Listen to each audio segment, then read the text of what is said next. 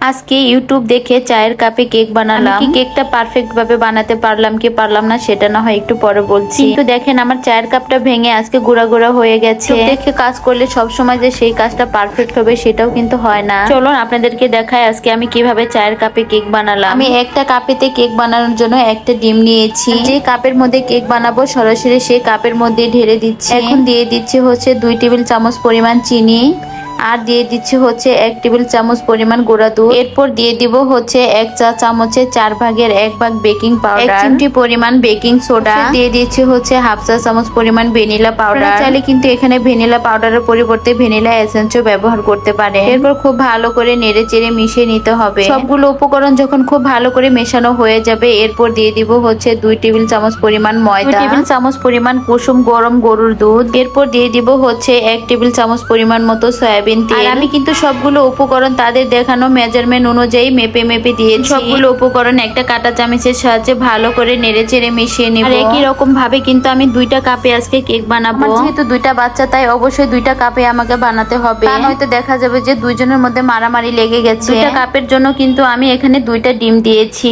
এখন চুলার মধ্যে একটা প্যান বসিয়ে দিয়েছি। আর এই প্যানের মধ্যে 1 কাপ পরিমাণ পানি দিয়েছি। আমি ইউটিউবে দেখেছি যে ওনারা ভাপের মধ্যে কেক বানাচ্ছে। আর আমি যেহেতু ইউটিউব দেখে ওনাদের দেখে ফলো করে কেক বানাতে, তাই তো ওনারা যেভাবে কেক বানায় আমাকে তো সেভাবে বানাতে হবে। এর মধ্যে একটা টিস্যু দিয়ে কাপ বসিয়ে ঢেকে রেখে দিয়েছিলাম 30 মিনিটের জন্য। 30 মিনিট পর অনেক আশা নিয়ে ঢাকনা খুললাম। কিন্তু ঢাকনা খুলে আমি যেটা দেখলাম সেটার জন্য আমি মোটেও প্রস্তুত ছিলাম না। এখন কেকগুলো দেখে নিশ্চয়ই আপনারা বুঝতে পেরেছেন আমার এই বানানো কেকগুলো পারফেক্ট হয়েছিল কি হয়নি। কিন্তু মাঝখান থেকে কিন্তু আমার কাপটা ভেঙে চুরে গুঁড়া গুঁড়া হয়ে গেল। এখানে আমি ডিম ছাড়া একটা কেক বসিয়েছিলাম। মাশাআল্লাহ এই কেকটা কিন্তু আমার খুব পারফেক্ট হয়েছিল এবং অনেক সফটও হয়েছিল। যাই হোক এখন কেকগুলো কেটে আপনাদের সাথে আমি শেয়ার করি। ইউটিউব দেখে আমি পারফেক্ট ভাবে কেক বানাতে পারলাম কিনা। এই যে দেখুন আমার কেকগুলো কিন্তু একদমই ভালো হয়নি, একদম শক্ত শক্ত হয়েছে। যদিও আমি টুকটাক বাসায় বাচ্চাদের জন্য পেস্ট্রি কেক বানাই, কেকগুলো কিন্তু আমার 90%ই পারফেক্ট হয়। আর ইউটিউব দেখে তাদের কথা অনুযায়ী কেক বানাতে গিয়ে আমি কত বড় ধরা খেয়েছি। অনেকের মুখে শুনেছি ইউটিউব দেখে কিছু বানাতে গিয়ে নাকি সেটা আর খেতে পারে না। আমি ইউটিউব দেখে বা ইউটিউবের সাহায্য নিয়ে রান্না বিষয়ে কোনো কিছু করি না। জীবনের এই ফার্স্ট টাইম করতে গিয়ে আমি ধোঁকা খেয়েছি। তাই বলছি যে ইউটিউব দেখে যে সবসময় সবটা ভালো হবে বা পারফেক্ট হবে তা কিন্তু নয়। তবে এই পর্যন্তই, সবাই ভালো থাকবেন, সুস্থ থাকবেন। আসসালামু আলাইকুম।